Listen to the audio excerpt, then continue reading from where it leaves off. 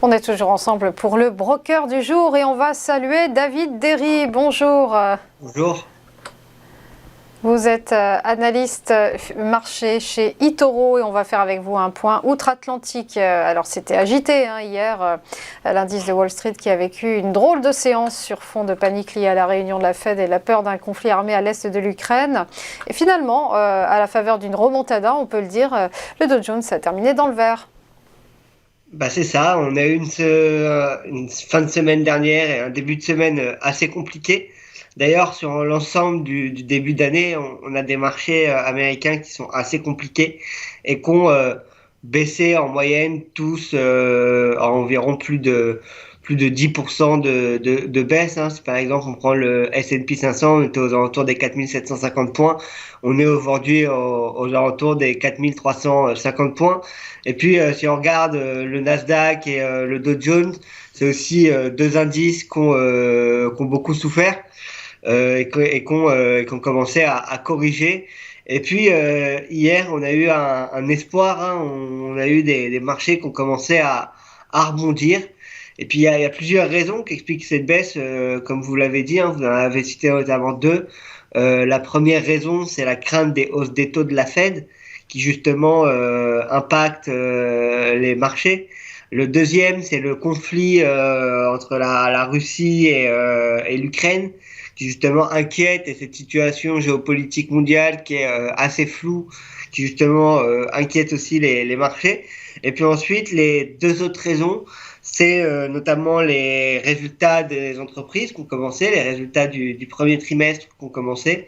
Et malheureusement, on a des résultats pour le moment mitigés pour la plupart des entreprises. On y reviendra un peu plus tard, notamment en parlant de Netflix. Mais justement, il y a tous ces événements qui mettent de la pression baissière sur les marchés.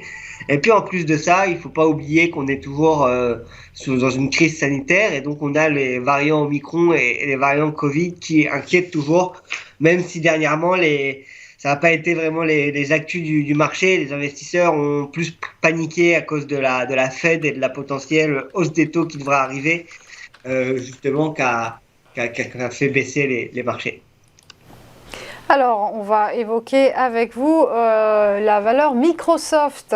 Microsoft qui rachète Activision Blizzard pour 68,7 milliards de dollars.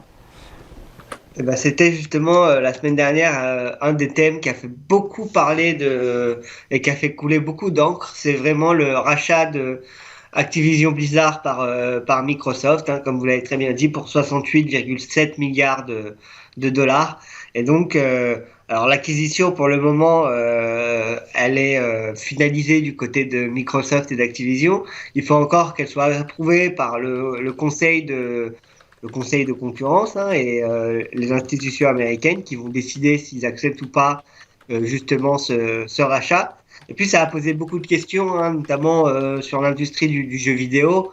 On voit désormais que Microsoft, hein, pour rappel, ils avaient aussi racheté Bethesda l'année dernière, qui est un autre éditeur assez connu. Et donc on voit que Microsoft fournit de plus en plus d'efforts dans son offre de gaming. Et donc là, avec le rachat d'Activision Blizzard, on voit qu'ils ont pris une bonne longueur d'avance sur la concurrence, notamment Sony. Et donc l'action profite. On voit que hier, Microsoft a justement bien remonté. Et si on regarde Activision Blizzard, ça a fortement profité à l'action parce que ils avaient racheté avec un premium de 20% par rapport au cours actuel d'Activision Blizzard Microsoft. Donc on voit que on était passé après cette annonce de 65 à 85 dollars. Donc on avait pris 20 dollars dans la journée. Et puis on est en train de venir corriger un petit peu.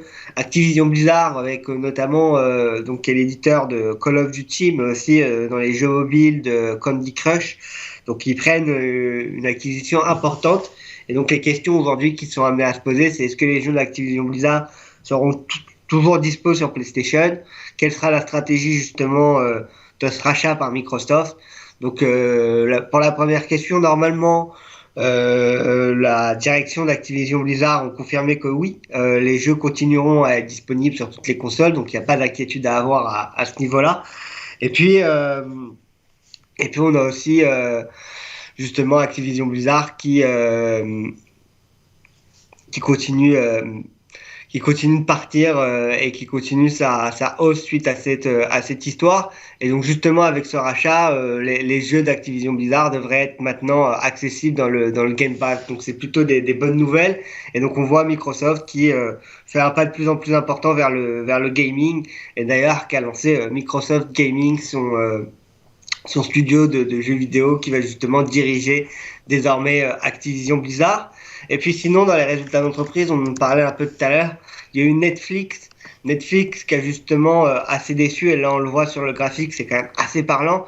On était aux alentours des $700 sur Netflix, on est descendu à $387 aujourd'hui. On est venu baisser justement les 400 $.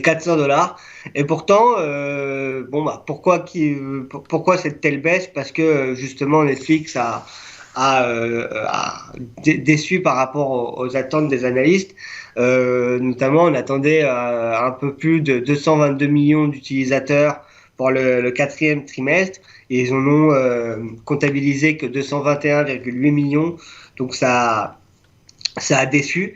Et puis pour le prochain trimestre, elle prévoit justement que 2,5 millions de nouveaux abonnés contre 4 millions par exemple gagnés en mars 2021 au premier trimestre de l'année 2021. Donc on voit que c'est quand même assez peu, et c'est une grosse baisse par rapport à ce qu'ils avaient gagné au premier trimestre 2021. Donc ça déçoit les analystes, et donc Netflix qui a beaucoup souffert cette semaine.